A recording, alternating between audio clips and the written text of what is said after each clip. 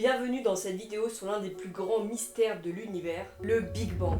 Aujourd'hui nous allons remonter dans le temps pour découvrir les origines de notre cosmos, des premiers instants jusqu'à nos jours. En 1927, le physicien belge Georges Lemaître propose une théorie selon laquelle l'univers a connu une expansion à partir d'un état initial extrêmement dense et chaud. Il appelle cela l'atome primitif.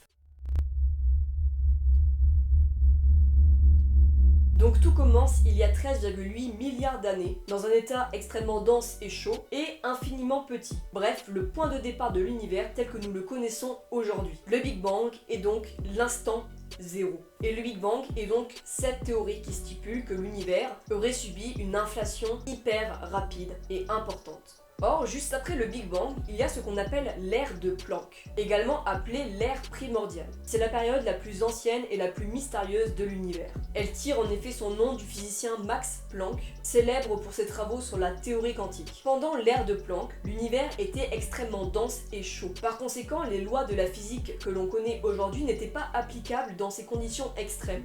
Car la gravité quantique, qui combine la théorie quantique et la relativité générale, devient essentielle pour décrire l'univers à cette époque. C'est pourquoi les scientifiques cherchent encore à développer une théorie de la gravité quantique qui pourrait permettre d'expliquer les événements qui ont eu lieu durant cette phase initiale de l'univers. Plusieurs auteurs, dont Stephen Hawking, ont proposé diverses pistes de recherche pour tenter d'expliquer et de décrire l'univers à cette époque. I have also made contributions to cosmology.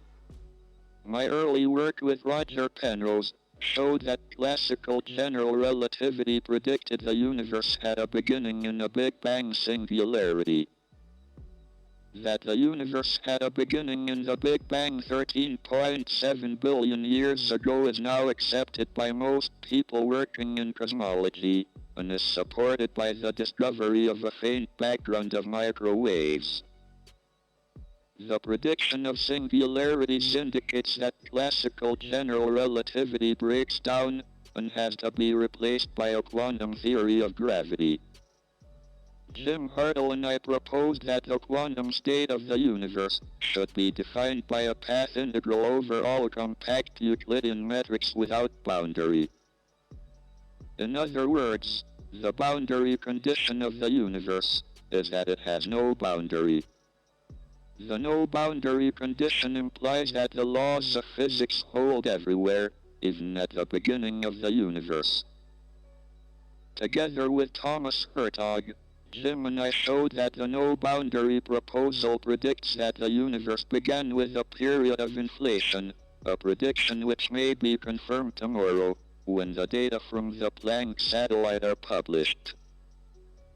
I feel a sense of achievement that I have managed to make these contributions, despite having ALS.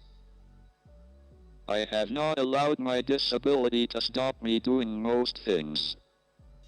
My motto is there are no boundaries. Thank you. On estime la durée de l'ère de Planck de l'ordre de 10 puissance moins 43 secondes, et cela depuis l'instant zéro du Big Bang. À partir du Big Bang, l'univers commence à se dilater à vitesse fulgurante. En quelques fractions de secondes, il subit une expansion exponentielle, connue sous le nom d'inflation cosmique. Après cette inflation, au fil du temps, l'univers se refroidit, permettant la formation des premières particules élémentaires, dont les électrons. Donc cela environ une seconde après le Big Bang. Et quelques secondes après le Big Bang, alors que l'univers est encore extrêmement chaud, les protons et neutrons commencent à s'unir pour créer les premiers noyaux atomiques légers, comme ceux de l'hélium, l'hydrogène ou encore le lithium. Mais aucun autre noyau plus lourd que celui du lithium n'est envisageable. Cette phase dure environ 3 minutes et c'est ce qu'on appelle la nucléosynthèse primordiale. Par la suite, au cours des prochaines centaines de milliers d'années, l'univers entre dans une période appelée âge sombre. Les photons se libèrent des noyaux, créant ainsi une lumière diffuse qui remplit l'univers, mais qui ne se propage pas encore. Et il faut attendre environ 380 000 ans après le Big Bang, une fois que l'univers est suffisamment refroidi, pour que les atomes d'hydrogène, d'hélium ou encore de lithium captent les électrons libres, permettant ainsi à la lumière de se propager. Pourquoi ? Car il y avait un obstacle principal qui empêchait à la lumière de se propager, c'était les électrons. Et du fait de cette combinaison, la lumière peut donc enfin se propager. On parle ici de découplage entre matière et rayonnement. C'est donc la naissance du rayonnement cosmique fossile, également connu sous le nom de fond diffus cosmologique. Par la suite, l'univers s'est retrouvé dans un état remarquable d'homogénéité, comme le montre l'observation du fond diffus cosmologique. Mais les fluctuations de densité dans l'univers en expansion créent alors des régions de densité plus élevées. Au fil du temps, ces régions attirent la matière environnante par la gravité, formant ainsi les premières structures, c'est-à-dire les amas de galaxies et les galaxies elles-mêmes. Ensuite, pour un peu plus d'histoire, en 1949, le physicien britannique Fred Hoyle tente un petit peu de ridiculiser la théorie du Big Bang lors d'une émission à la radio BBC en utilisant justement le terme de Big Bang de manière péjorative de base. Et ironiquement, ce terme a fini par être adopté pour décrire cet événement spectaculaire. Ensuite, en 1964, les astronomes Arno Penzias et Robert Wilson découvrent un signal faible provenant de toutes les directions du ciel. Ce signal est identifié comme étant le rayonnement cosmique fossile, la première preuve directe du Big Bang. Donc c'est à ce moment que l'on a découvert le rayonnement cosmique. Il faut savoir que dans ces années 1960, le célèbre physicien Stephen Hawking a contribué de manière significative à la compréhension du Big Bang et de la cosmologie. Son travail sur les singularités, les trous noirs et la théorie de la relativité générale a jeté les bases de notre compréhension actuelle de l'univers en expansion. Depuis la découverte du rayonnement cosmique fossile, de nombreuses observations ultérieures ont confirmé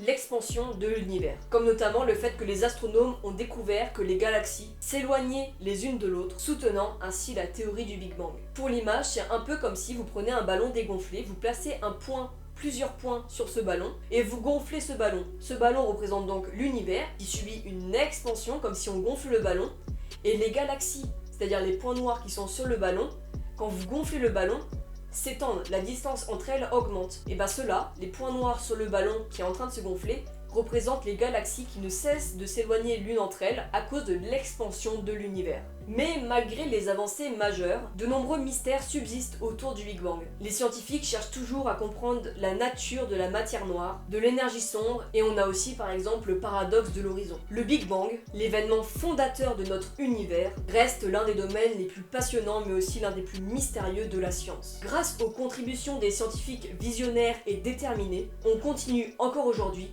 à percer les secrets de notre cosmos. Voilà donc l'histoire incroyable du Big Bang et de l'origine de l'univers. Cette théorie reste l'un des piliers de la cosmologie moderne.